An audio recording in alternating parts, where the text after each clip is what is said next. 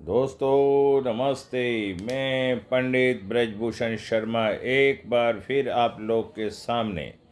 दोस्तों मैं राहु के विषय में आपको काफ़ी लंबे समय से काफ़ी वीडियो डालता आ रहा हूँ और बताता आ रहा हूँ। लेकिन दोस्तों एक बात का बहुत बारीकी से ध्यान रखना। ऐसी संसार में कोई चीज़ नहीं है जो मुंह में डालो और आपकी सारी समस्या हल हो जाए। हमें किसी भी ग्रह के बारे में पूर्ण जानकारी करनी है तो बेसिकल ज्ञान होना अनिवार्य है। मानव का एक नेचर है, वो चाहता है कि बैठे बैठे मैं वो सारा काम कर दूं, क्योंकि वो नेचर राहु के ही कारण होता है। राहु ही एक ऐसा ग्रह है जो अचानक उछालता है और अचानक गिराता है। अगर हम ऐसा करेंगे तो हमें मालूम हो जाएगा कि हमें राहु का प्रभाव है। राहु एक दैत्य ग्रह है, सब लोगों को पता है। हाँ, सब लोगों को पता ही है, बताने से कोई फायदा नहीं कि राहु और केतु कौन है। जब समुद्र मंथन हुआ था, जब बंटवारे की बात आई थी, तो श्री कृष्ण भगवान को ये पता था कि अगर राक्षस लोग उन्हें अमृत को चख लिया तो संसार में कत्ले आम मच जाएगा। उन्होंने इस स्थिति को देखते हुए उन्होंने एक ऐसा निर्णय किया कि देव लोग जो संसार का भला कर सकते हैं उन्हें पहले अमृत चखने का दिया और उसके बाद देवताओं का राक्षसों का नंबर लगाया। लेकिन राहु जैसे एक राक्षस ने इस चीज का भाप लिया, अंदाज लगा लिया, ईश्वर रूपी शक्ति की बात को पकड़ लिया और उन्होंने अपना भेष बदल के राहु की सेना में, राहु देवताओं की सेना में जाके बैठ गया। जब देवताओं की सेना में जाके बैठ के जैसे ही अमृत चख रहा था तो सूर्य देव, चंद्र देव, बृहस्पति देव ने उनको अनुभव किया और उन्होंने इमीडिएटली कृष्ण भगवान को बताया। जैसे ही कृष्ण भगवान को बताया गया, उन्होंने अपना सुदर्शन चक्र से उनका शीश काटा, लेकिन इस बीच में वो अमृत चख चुके थे और शीश कटा, और जो शीश कटा उसका नाम राहु पड़ा और जो धड़ बचा उसका नाम केतु पड़ा। अब मैं आपको ये बताना चाहता हूं, राहु के पास सिर है, दिमाग है, मुंह है, लेकिन उसके पास धड़ नहीं है।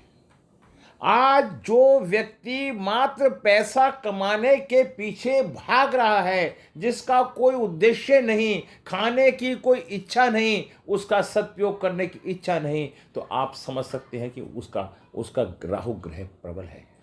और अगर वो ऊंचाई उसके बाद ऊंचाइयों पे पहुंच रहा है तो ये मान लो राहु, उसका ग्रह राहु प्रबल है। क्योंकि जिसका राहु प्रबल होता है वो ऊंचाइयों पे जाता है और जिसका राहु खराब होता है वो गड्ढे में चला जाता है, क्योंकि वो ऊपर से नीचे भी गिर देता है। दोस्तों राहु के बारे में मैं बहुत कुछ बताना चाहता हूं और बताता रहूंगा, लेकिन मेरा आप सब लोगों से एक ही निवेदन है कि आप इस वीडियो को ढंग से देखे करें और औरों को शेयर करें। और मैं इसके बारे में आज आपको विस्तार से राहु के बारे में बता रहा हूं। इसके बताने से पहले मैं आप लोगों से एक आशा और विश्वास करता हूं कि आप मेरी वीडियो को शेयर करें और कमेंट करें। और उससे क्या होता है कि हो सकता है कि पहली वीडियो आपके पास पहुंचे, कौन सा उपाय, कौन सी चीज़ आपके दिमाग में आ जाए और आपका भला हो जाए। दोस्तों हमारे यहाँ पे लोशो गिड की क्लासेस सिखाई जाती हैं, कंसल्टेंसी होती है। हमारे यहाँ एक पूर्ण रूप से कंसल्टेंसी ऐसी कैसे होती है जो आपको सक्षमता से सारी बात को बताया जाता है। अगर आप मात्र हमारी कंसल्टेंसी की फ़ीस 1100 रुपये है और क्लास की फ़ीस हमारी 6100 रुपये है।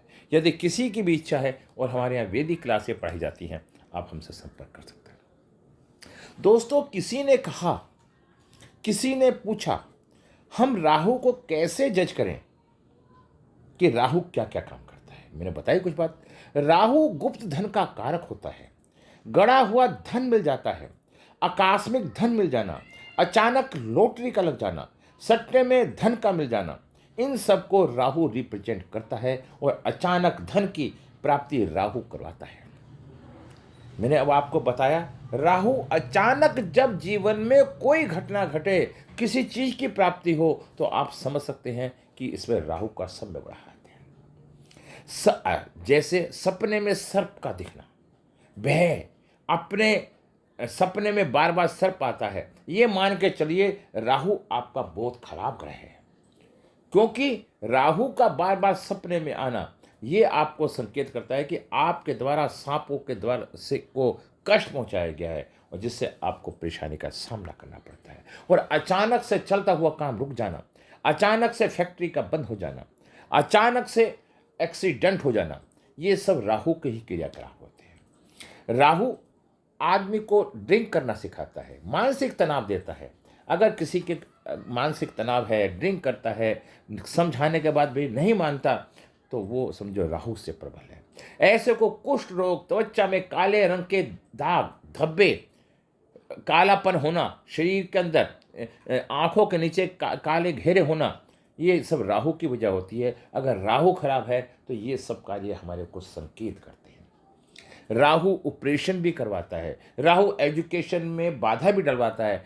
पढ़ते पढ़ते किसी की पढ़ाई का रुकना, एकदम से पढ़ाई का रुक जाना, एक अच्छी होशियार बच्चे का अचानक पेपर का बिगड़ जाना, ये सब राहु के कारण होते हैं। हम कहते हैं कि बच्चा तो बड़ा होशियार था, फिर ये क्या वजह हुई कि ये पास नहीं हो पाया और ये फेल हो गया। मैंने अभी क्या बताया आपको दोस्तों, राहु वो है जो धुएं में से भी धुएं को झांके, उसे राहु कहते हैं। ये इसका दिमाग इतना तेज होता है कि धुएं में से धुएं को इतनी गहराई से झांकता है कि अंदर तक की बात को निकाल लेता है। राहु प्रबल व्यक्ति वाले व्यक्ति बाल में से खाल निकालने के सक्षम होते हैं, एक तर्क वितर्क करने में सक्षम होते हैं, और ये अपनी विधि के द्वारा, ये अपनी युक्ति के द्वारा सामने वाले को फेल करके अपने फायदा उठाने का प्रयास करते हैं। अब मैं दोस्तों आपको ये बताना चाहता हूं कि अगर राहु के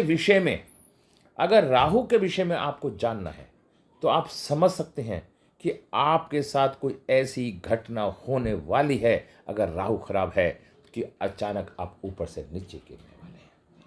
मैंने आपको कितने कहा, राहु मदिरा, अगर राहु दूसरे भाव में बैठ जाता है, मेल हो या फीमेल हो, वैदिक ज्योतिष के अनुसार मैंने देखा है वो ड्रिंक करने लगती है, शराब के आदी हो जाती है।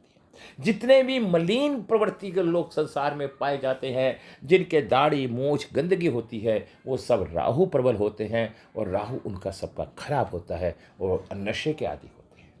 अब मैं इसके अंदर आपको कुछ उपाय के रूप में कुछ बातें भी बताना चाहता हूं जिससे आपको अच्छी लगेगी। राहु की जो देवी है वो सरस्वती माता है। राहु उच्च कोटि का हो जाता है। अगर हम सरस्वती माता की पूजा करते हैं, तपस्या करते हैं, तो राहु व्यक्ति का उच्च कोटि का हो जाता है। उस माता की कृपा से, राहु प्रबल होने से, जैसे सपने में जो कुछ घटित होने वाला होता है, कोई भी घटना घटने वाली होती है, उसे वो सपने में एहसास हो जाती है, और उस घटना के घटने का उसे पूर्ण रूप से जानकारी मिल जाती है। राहु का रतन गोमेद है, धारण करें। उपरतन गोमेद रतन उपरतन भी धारण करें। अनाज या सतनजा, जिसे मूंग चना 7 तरह के अनाज होते हैं, वो आप अपने ऊपर से 7 बार उतार के किसी पड़िए को दान में दें। पौराणिक मंत्र का जाप करें। अब हमें कैसे पता चले कि हमारा राहु खराब है? अभी मैंने आपको सारी बातें बताई ना। अब किसी व्यक्ति ने फिर क्वेश्चन करा, हमें कैसे मालूम? अरे मैं बता तो रहा हूं आपको, ध्यान से क्यों नहीं सुनते? मैं इसलिए बार बार कहता हूं कि यदि हम किसी काम को फ्री में करवाते हैं, हम कुंडली को फ्री में दिखवाते हैं, हम किसी की कुंडली को फ्री में देखते हैं, तो हमारा राहु खराब हो जाता है। जब हमारा राहु खराब हो जाता है तो वो राहु की सारी क्रियाकलाप हमारे साथ जुड़ जाती हैं। इसलिए दोस्तों, जब से मुझे इस बात का ज्ञान हुआ, पहले मैंने भी बहुत सेवा करी फ्री में, लेकिन जब से मुझे इसका ज्ञान हुआ कि हमें कुछ भी पैसे लें, हमें कभी भी फ्री में कुंडली को नहीं देखना चाहिए। मैं आप लोगों से हाथ जोड़ कर निवेदन करूंगा, कभी भी फ्री में कुंडली ना दिखाएं, और ऐसी कुंडली दिखाने से आपका कभी भला नहीं हो सकता। जैसे हमारे परिवार में आपको मानसिक चिंता बढ़ जाती है, हमारे डिप्रेशन बढ़ जाता है, मैंने कहा राहु खराब है। क्योंकि मदिरा पीना, शौक ज़्यादा होता है, स्मोकिंग, ये सब राहु के ही कारक हैं। लोग राहु खराब होता है। आपने कोई फैक्ट्री लगा रखी है, मैंने आपको बताया था, आपने कोई मशीन लगा रखी है, मशीन के बारे में और एक नई बात बताऊं, यदि आपके घर में बिजली का सामान खराब हो रहा है, वो भी राहु का कारक है। आपकी तारें, फैक्ट्री, लाइट, कोई मीटर का फूकना, या किसी भी तरह की लाइट की कोई परेशानी का आना, ये भी हमारा राहु खराब के लक्षण होते हैं। आपको दोस्तों मैं एक बहुत अच्छी अनुभव की बात बताता हूँ। हाँ, संगीतकार जितने भी होते हैं हमारे देश में, ऐसे लोग 99% मदिरा पान का सेवन करते हैं, क्योंकि माँ सरस्वती मदिरा को बहुत पसंद करती है। आपको एक नई बात मालूम है, और सरस्वती माता, राहु सरस्वती माता की पूजा जो करता है उससे राहु प्रसन्न हो जाता है। यदि किसी का राहु बहुत ही डिस्टर्ब है, देखिए मुझे ऐसी बात नहीं बोलनी चाहिए, लेकिन फिर भी मैं आपको बताना चाहता हूं कि किसी का डिस्टर्ब है तो ऐसे व्यक्ति को, गरीब गुरबा जैसे व्यक्तियों को एक बहुत लिमिटेशन के अनुसार मदिरा पान भी करवा दे, उससे भी राहु ठीक होता है। और एक लिमिटेशन तक, एक दवाई के रूप में वो खुद भी मदिरा पान करे तो उसका राहु ठीक हो जाता है। राहु किस अंग को प्रभावित करता है, किसी ने एक सवाल कहा। दोस्तों मैं आज आपकी हर बात को देखना चाहता हूं। राहु किस अंग को प्रभावित करता है? राहु हड्डियों का कारक है। जिन लोगों को हड्डियों में पेन, दर्द रहता है, अगर किसी की हड्डी टूट गई है और डॉक्टर बार बार सेटिंग नहीं कर पा रहा है, हड्डी नहीं जुड़ पा रही है, तो मतलब राहु खराब है। हड्डी एंड रीढ़ की हड्डी, देखिए रीढ़ की हड्डी का कारक केतु होता है। राहु केतु से ही जुड़े हुए संबंध होते हैं। उन्हें भी दान, का धन्य का दान कर सकते हैं। गेहूं, काले उड़द, मूंग, चना, दाल, जौ, कंगना, चावल, इन सब का दान कर सकते हैं। औषधि में क्या होता है? दुर्वा घास। हमें गणेश जी को ऊपर दुर्वा घास का उपाय में क्या क्या करना चाहिए? औषधि दुर्वा घास की हमें चढ़ानी चाहिए गणपति जी को ऊपर। ओम गणपति नमः। सरस्वती माता की पूजा करनी चाहिए।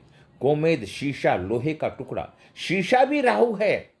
शीशे का दान, बहते पानी बहाना, कंबल, ठीक है, जैसे मूर्ति पर चढ़ाने वाले, जैसे भैरव बाबा की मूर्ति पर चढ़ाने वाले वस्त्र राहु को बहुत स्ट्रोंग कर देते हैं। तलवार को मंदिर में चढ़ाना, ये भी एक स्ट्रोंग की पहचान है। दोस्तों ये मैंने आपको कुछ इस तरह की बातें बताने का प्रयास करा जिससे आप ये समझ सकते हैं कि राहु हमें क्या क्या परेशानी देता है। अगर कि वैदिक में राहु सूर्य एक साथ हैं तो सरकारी पक्ष में रुकावट आती है।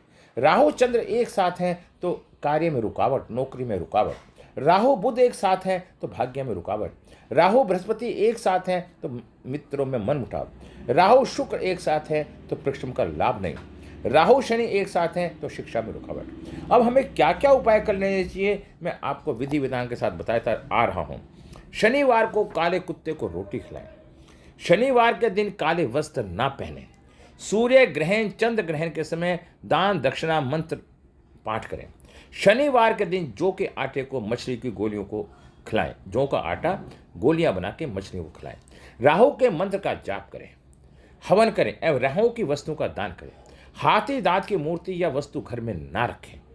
मध्यमा उंगली में गोमेद रतन या बुधवार को त्रिधातु की अंगूठी धारण करें। राहु पंचविंशति सूत्र का पाठ करें।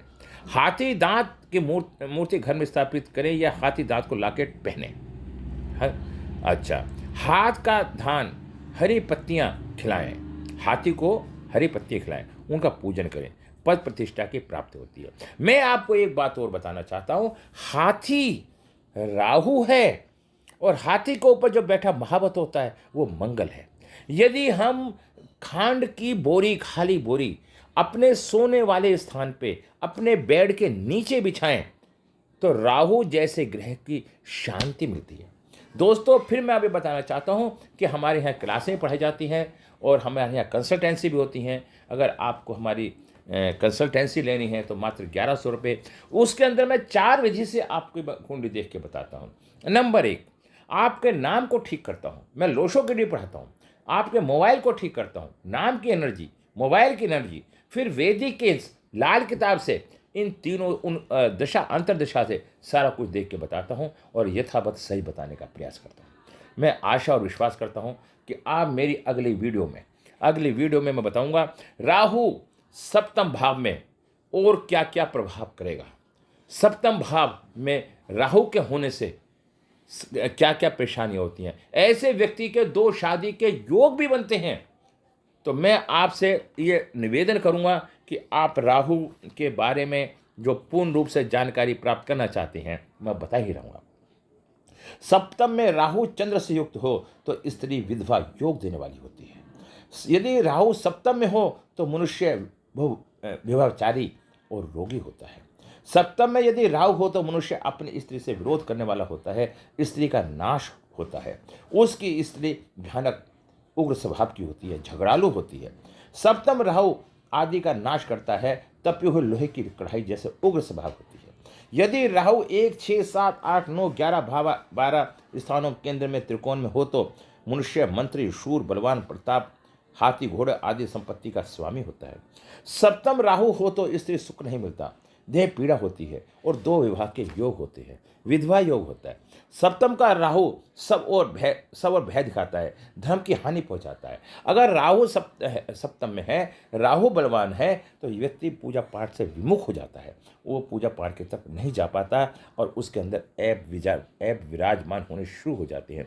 यदि जन्म के समय 7वें भाव में राहु हो तो जातक स्त्रियों का विरोधी होता है, स्त्रियों का नाश करता है, प्रचंड रूप से मुक्त होकर झगड़ालू और रोगनी स्त्रियों को प्राप्त करने वाला होता है।